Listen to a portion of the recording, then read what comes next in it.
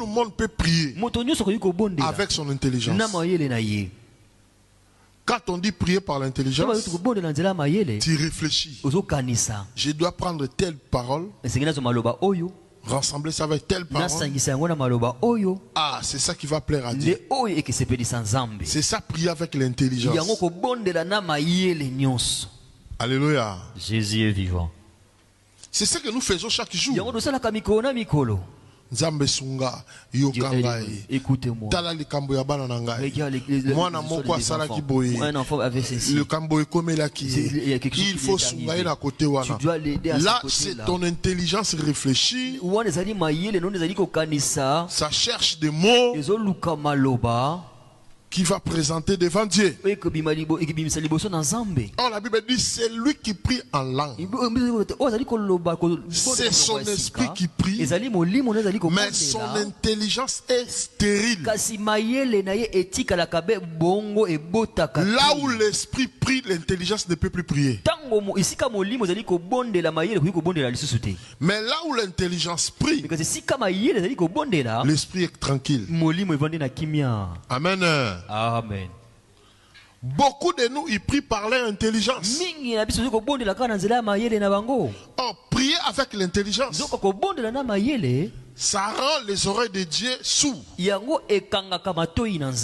Alléluia. Jésus est vivant. Ça rend les oreilles de Dieu sourdes. C'est ça l'importance de prier en langue. On ne sait pas quel genre de doctrine qui naissent dans le monde aujourd'hui. Avant, il y avait des choses que des fois avaient honte de les dire. Mais aujourd'hui, les gens n'ont plus honte.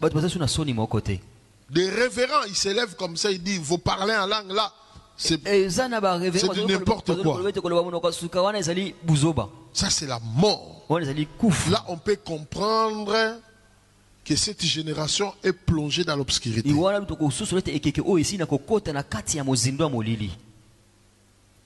grand apôtre, un grand révérend, il ne connaît pas même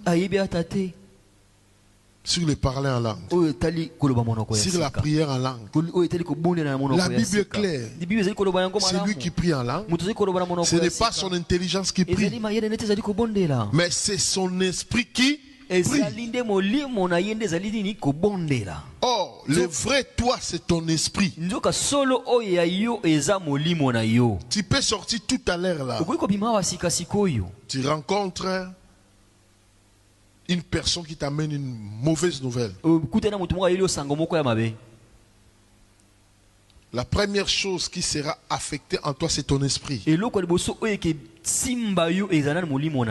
Lorsque ton esprit est affecté, l'âme est attristée et le corps devient faible. Même si le corps avait la force, tu étais sorti ici avec le courage, tu marchais vite, mais tu comprends, le corps s'affaiblit. L'affaiblissement du corps vient d'où? Vient de loin. Parce que ton esprit a été touché. Comme ton esprit est touché, ton âme a eu de l'amertume, a été anéanti, et la force, le corps ne peut plus fonctionner. Or, nous devons rendre nos esprits forts. Tu peux recevoir une nouvelle, mais ton esprit tient. Quand ton esprit tient, ton âme gardera la même joie. Si l'âme garde la même joie, et le corps sera toujours fort physiquement. Je n'attends pas ton amen.